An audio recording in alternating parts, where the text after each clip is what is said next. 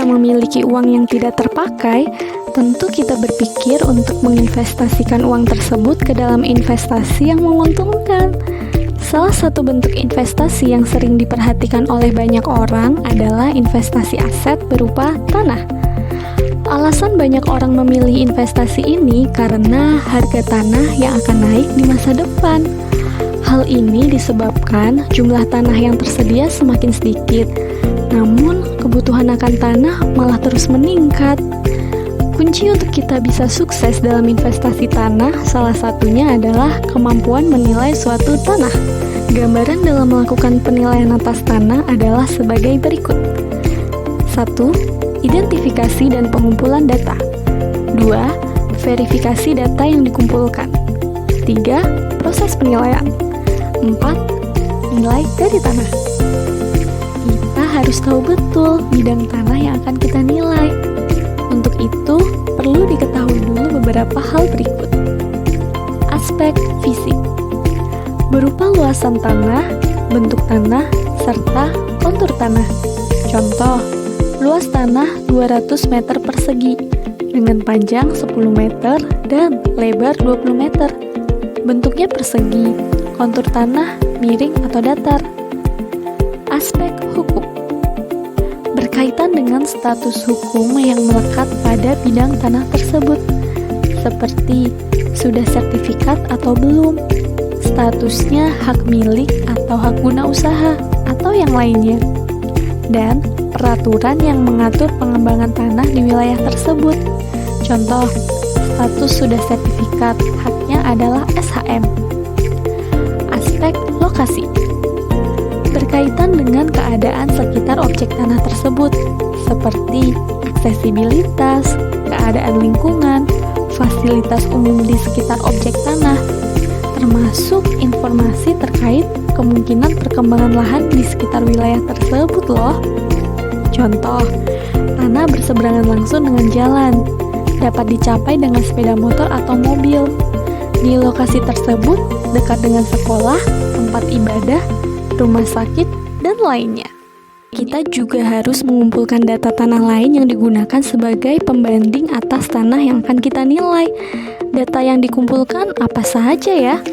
Data yang dikumpulkan sama dengan data tanah yang sedang kita nilai. Namun untuk data tanah pembanding, kita sudah mengetahui harga tanahnya. Lalu bagaimana kita dapat data-data tersebut? Data-data yang disebutkan sebelumnya dapat diperoleh melalui observasi langsung atau datang ke lokasi tanah. Bisa juga dengan bertanya kepada pemerintah daerah setempat di mana objek tanah berada, atau melalui media internet dan lainnya.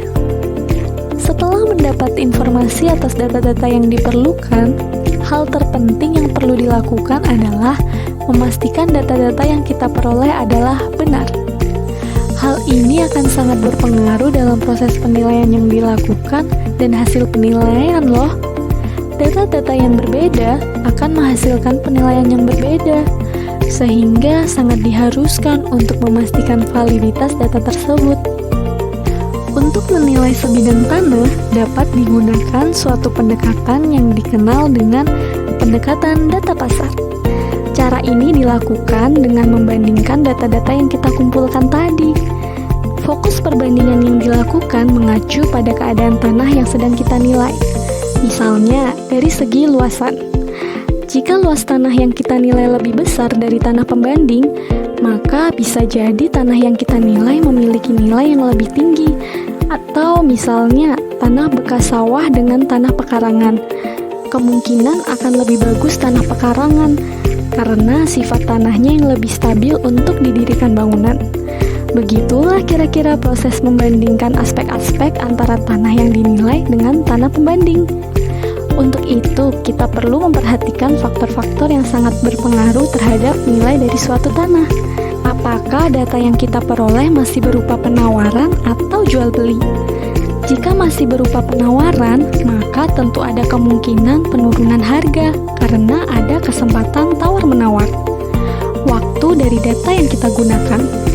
Terkadang kita memperoleh data pembanding yang berbeda jauh dengan tanggal penilaian. Contohnya, harga tanah yang dijual 1 tahun yang lalu maka perlu diperhatikan apakah ada kenaikan harga. Kondisi lingkungan sekitar lokasi tanah. Lingkungan yang tidak aman atau sering terkena bencana tentu akan membuat orang enggan membeli tanah tersebut.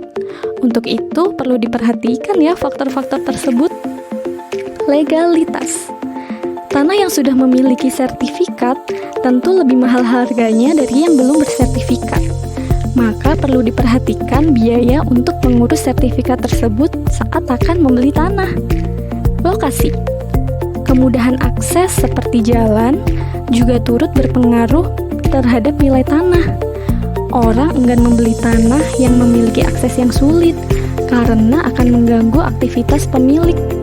Pembobotan adalah proses pemberian bobot terhadap objek pembanding.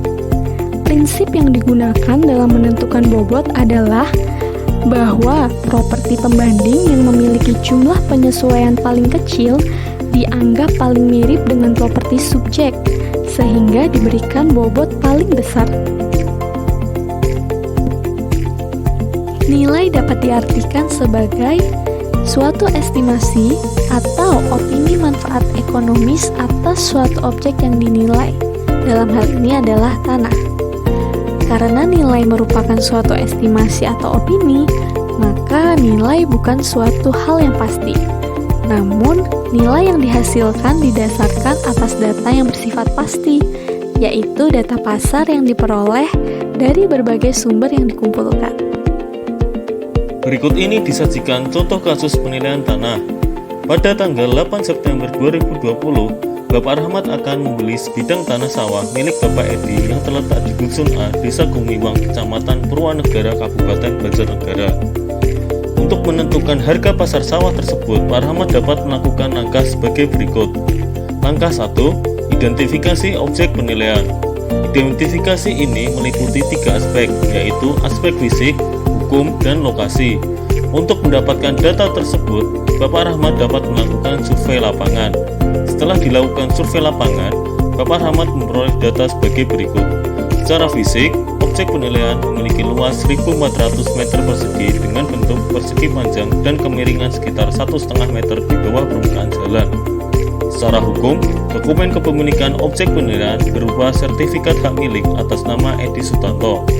Secara lokasi, objek penilaian memiliki lokasi strategis karena terletak tidak jauh dari pemukiman penduduk dan dapat diakses dengan kendaraan roda 2. Langkah 2, mencari data pembanding. Langkah selanjutnya adalah mencari data pembanding yang sebanding dan sejenis. Sebanding adalah memiliki ciri-ciri fisik yang sama, sedangkan yang dimaksud sejenis adalah memiliki penggunaan yang sama. Selain itu, kita perlu identifikasi harga jual beli ataupun harga penawaran dari data pembanding tersebut, serta memastikan bahwa objek pembanding dan objek penilaian memiliki lokasi yang tidak terlalu jauh.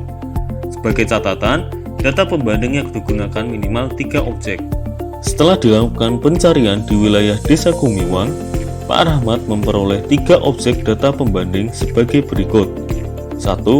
Sawah milik Bapak Sungseri. Sawah tersebut terletak di Dusun A, RT 1, RW 1, Desa Gumiwang, Kecamatan Purwanegara, Kabupaten Banjarnegara. Sawah tersebut memiliki luas 114 ubin atau 1.596 meter persegi dengan bentuk persegi panjang. Bukti kepemilikan berupa sertifikat hak milik. Lokasi sawah tersebut cukup strategis karena terletak tidak jauh dari pemukiman penduduk. Aksesibilitas menuju dan dari sawah tersebut berupa jalan desa yang dapat dilalui kendaraan roda 2. Selain itu, sawah tersebut memiliki kemiringan kurang lebih 1,5 meter di bawah permukaan jalan. Sebagai tambahan informasi, pada tanggal 7 Juni 2020, sawah tersebut berhasil dijual dengan harga Rp228 juta. 2. Sawah milik Bapak Sukarni. Sawah tersebut terletak di Dusun B, RT 1, RW 3, Desa Gumiwang, Kecamatan Purwanegara, Kabupaten Banjarnegara. Sawah tersebut memiliki luas 200 ubin atau 2.800 meter persegi dengan bentuk persegi panjang. Bukti kepemilikan berupa sertifikat hak milik. lokasi sawah tersebut cukup strategis karena terletak tidak jauh dari pemukiman penduduk. Aksesibilitas menuju dan dari sawah tersebut berupa jalan kabupaten yang dapat dilalui kendaraan roda 4 maupun kendaraan roda 2. Selain itu, sawah tersebut memiliki kemiringan kurang lebih 1,5 meter di bawah permukaan jalan. Sebagai tambahan informasi, pada tanggal 25 Agustus 2020, sawah tersebut berhasil dijual dengan harga Rp400 juta. 3. Sawah milik Bapak Mukhanan. Sawah tersebut terletak di Dusun B, RT 1 RW 3, Desa Gumiwang, Kecamatan Purwanegara, Kabupaten Banjarnegara. Sawah tersebut memiliki luas 200 ubin atau 2.800 meter persegi dengan bentuk persegi panjang. Bukti kepemilikan berupa sertifikat hak milik. Lokasi sawah tersebut tergolong strategis karena terletak berbatasan dengan pemukiman penduduk. Aksesibilitas menuju dan dari sawah tersebut berupa jalan kabupaten yang dapat dilalui kendaraan roda 4 maupun kendaraan roda 2. Selain itu, sawah tersebut memiliki kemiringan yang sejajar dengan permukaan jalan. Sebagai tambahan informasi, sawah tersebut ditawarkan untuk dijual dengan harga Rp600 juta. Langkah 3. Melakukan penyesuaian harga. Setelah mengetahui karakteristik sawah yang akan dibeli dan sawah lain sebagai data pembanding, Bapak Rahmat perlu melakukan penyesuaian terhadap unsur pembanding dari data pembanding dengan objek penilaian.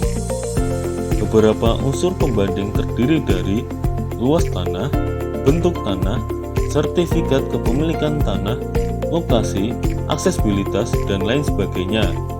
Perlu diingat, konsep sederhana dari penyesuaian adalah jika data pembanding memiliki karakteristik yang lebih bagus daripada objek penilaian, maka perlu dilakukan penyesuaian negatif yang akan menurunkan harga transaksi data pembanding tersebut, dan begitu juga sebaliknya. Sebagai contoh, tanah yang akan dibeli Bapak Rahmat memiliki luas 100 ubin dan data pembanding memiliki luas 200 ubin. Karena data pembanding lebih luas daripada sawah yang akan dibeli oleh Bapak Rahmat, maka dilakukan penyesuaian negatif terhadap data pembanding tersebut. Untuk mempermudah penyesuaian, dapat digunakan tabel sebagai berikut.